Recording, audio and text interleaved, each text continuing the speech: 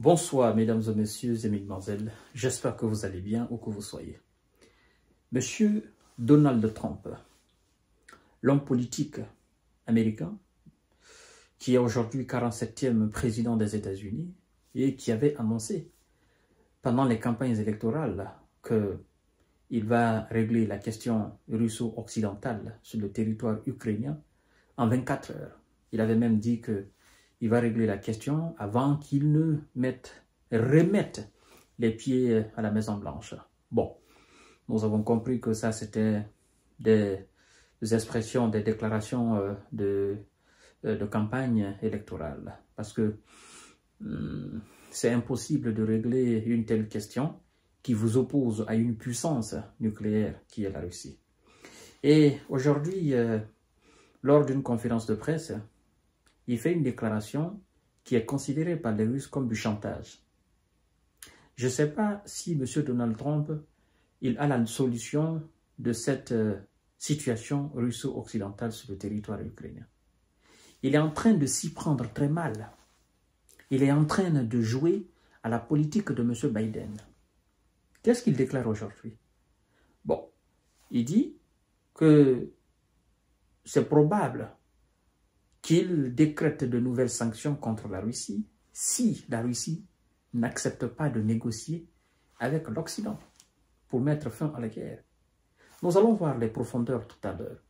Mais avant de poursuivre le visionnage de l'émission, n'oubliez pas de partager la vidéo dans tous les groupes possibles. Continuez à vous abonner à ma chaîne YouTube KanteJV Journal Le Vrai et activez la cloche de notification pour ne plus rater mes émissions.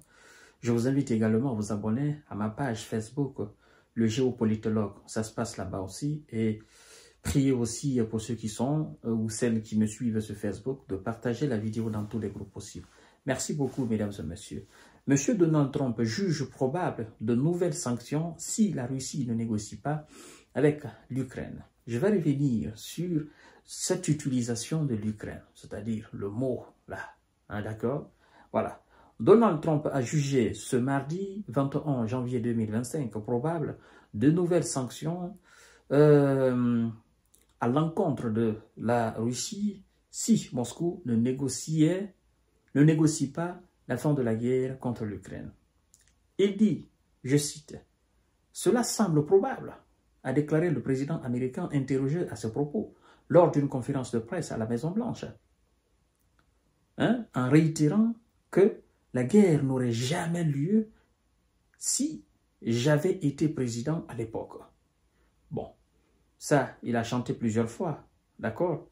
Il a encore indiqué que les États-Unis allaient se pencher sur la poursuite de l'aide militaire à Kiev, d'accord? Qui se monte à des dizaines de milliards de dollars depuis le début de l'opération spéciale militaire russe en Ukraine en février.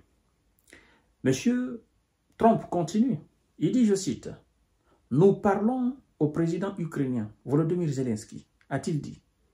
Nous allons nous entretenir très bientôt avec le président russe Vladimir Poutine et nous verrons ce qui se passera. » Le président Trump, qui avait promis durant sa campagne électorale de mettre fin à la guerre en 24 heures, a aussi une nouvelle fois pris à partie l'Union européenne, hein, qui devrait payer beaucoup plus qu'elle ne le fait actuellement.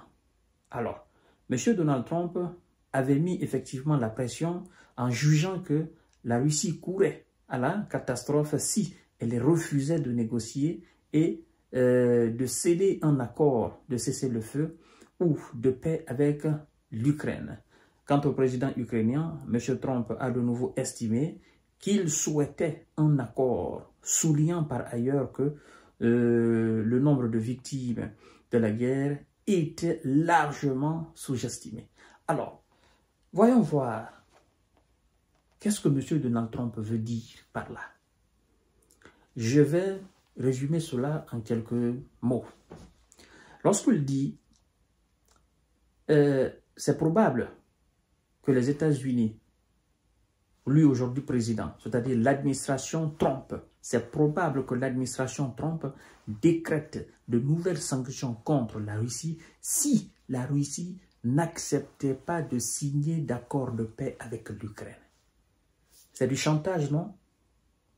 C'est une menace. Oui, c'est une menace. Si tu ne fais pas ça, je fais ça. C'est une menace. Et si les dirigeants russes ont horreur à quelque chose, ce sont les menaces contre la Russie. Oui. Je voudrais quand même rappeler à M. Trump qu'il est en train de se tromper de long en large sur la forme, d'accord, qui est censée être idéale pour créer un climat de confiance entre les États-Unis et la Russie. M. Trump doit comprendre que si les menaces pouvaient tordre les deux bras de M. Vladimir Poutine pour faire quoi que ce soit, depuis 2022 jusqu'en 2025, ça fait 3 ans jour pour jour que les Américains décrètent des sanctions, encore des sanctions et des sanctions contre la Russie. Il n'y a pas de menace que l'administration Biden n'a pas tenue contre M. Trump, contre M. Poutine et sa Russie. L'Union européenne a saisi les actifs russes. 250 ou 270 milliards de dollars et d'euros. Cela n'a pas empêché la Russie de continuer son opération spéciale. Les tentatives de musellement de gauche à droite ont été effectivement faites pour arrêter cette Russie-là. Cela n'a pas empêché la Russie de continuer son opération. On est allé même sanctionner les alliés de la Russie. Cela n'a pas arrêté M. Vladimir Poutine. Et donc, si Trump vient jouer la même politique de menace, moi je me dis que le monsieur, il n'a même pas encore entamé les négociations. Il s'est déjà trompé sur la manière dont il doit tenir, sur la manière dont il doit se comporter face à Vladimir Poutine. L'Ukraine n'existe pas. Aux yeux de la Russie, l'Ukraine n'existe pas. Aux yeux de la Russie, l'Union européenne n'existe pas. Ce sont les États-Unis qui existent. Je ne sais pas si vous comprenez. Pour M. Vladimir Poutine, même si Trump passe tout son temps, tous ces 4 ans à la tête des États-Unis à parler de l'Ukraine, pour M. Vladimir Poutine, ça n'a pas de sens. Ça n'a pas de sens. Toi, tu es censé négocier avec quelqu'un pour apporter la paix sur un territoire. Et c'est toi qui menaces la personne, sachant très bien qu'avant que toi tu ne sois là, c'est lui qui était là, il a utilisé toutes les formes de menaces pour essayer de tordre la main de ce dernier. Il n'a pas pu. Il a exercé la force, la diplomatie, la politique, l'influence, il n'a pas pu. Et le gars continue toujours son opération spéciale. Monsieur Trump, laissez-moi vous dire, ça ne sert à rien d'accuser les Européens. Ça ne sert à rien de dire aux Européens d'augmenter leur participation dans le budget alloué à la défense de l'OTAN. Ça ne sert à rien. Parce que l'Union européenne n'a pas les moyens. Et vous avez déjà affaibli les pays européens. Ça, il faut que vous soyez sûr de cela. Donc, que les Européens se réveillent ou pas, ça ne changera absolument rien sur le territoire en Ukraine. Et donc, si vous voulez réduire drastiquement votre participation, faites-le. Mais les Européens ne le feront pas. Ils n'augmenteront pas. Non. Parce que augmenter, ça veut dire acheter du matériel militaire américain pour se protéger sur le continent européen. C'est ça. Et ça va dans la poche de l'industrie militaire américaine. Ça, c'est premièrement. Deuxièmement, M. Trump, ça ne sert absolument à rien de répéter chaque fois « si j'étais, si j'étais ». Maintenant, tu es. Si tu étais là, ok, ça c'est le conditionnel, ça c'est passé déjà. Si j'étais, si j'étais. M. Biden l'a déclenché, la guerre est déjà là. Maintenant, tu es le président. On te demande une solution immédiate. Arrêtez de dire « si j'étais président, la guerre n'aurait pas lieu. » Non, ça n'a pas de valeur. Ce conditionnel n'a pas de valeur. Les gens ont besoin de ce présent-là. Quels sont aujourd'hui, n'est-ce pas, quel est aujourd'hui le plan de ton administration pour convaincre Poutine?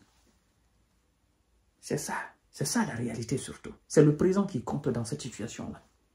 Et utiliser de dire s'il ne fait pas la paix avec l'Ukraine. Non, la Russie ne fait pas de paix avec l'Ukraine.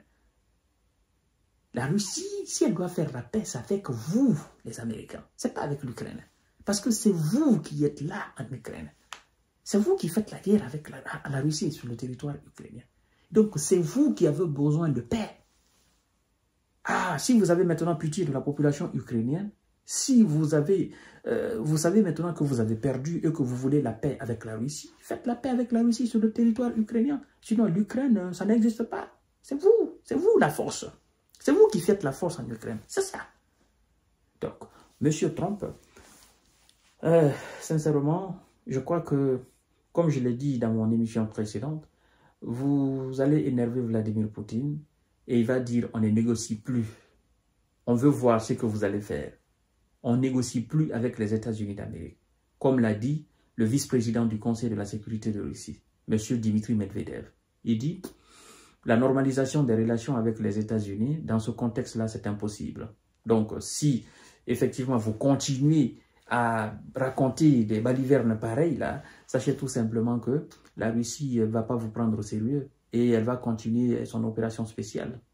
Et vous serez obligé soit de soutenir l'Ukraine, d'augmenter l'aide militaire ou soit de couper l'aide militaire. Et en ce moment, vous serez jugé par votre peuple qui a pensé que vous serez l'homme de la situation pour mettre fin à la situation en Ukraine. C'est ça la réalité. Mesdames et messieurs, je vous reviens tout à l'heure pour notre série d'informations décortiquage. Merci.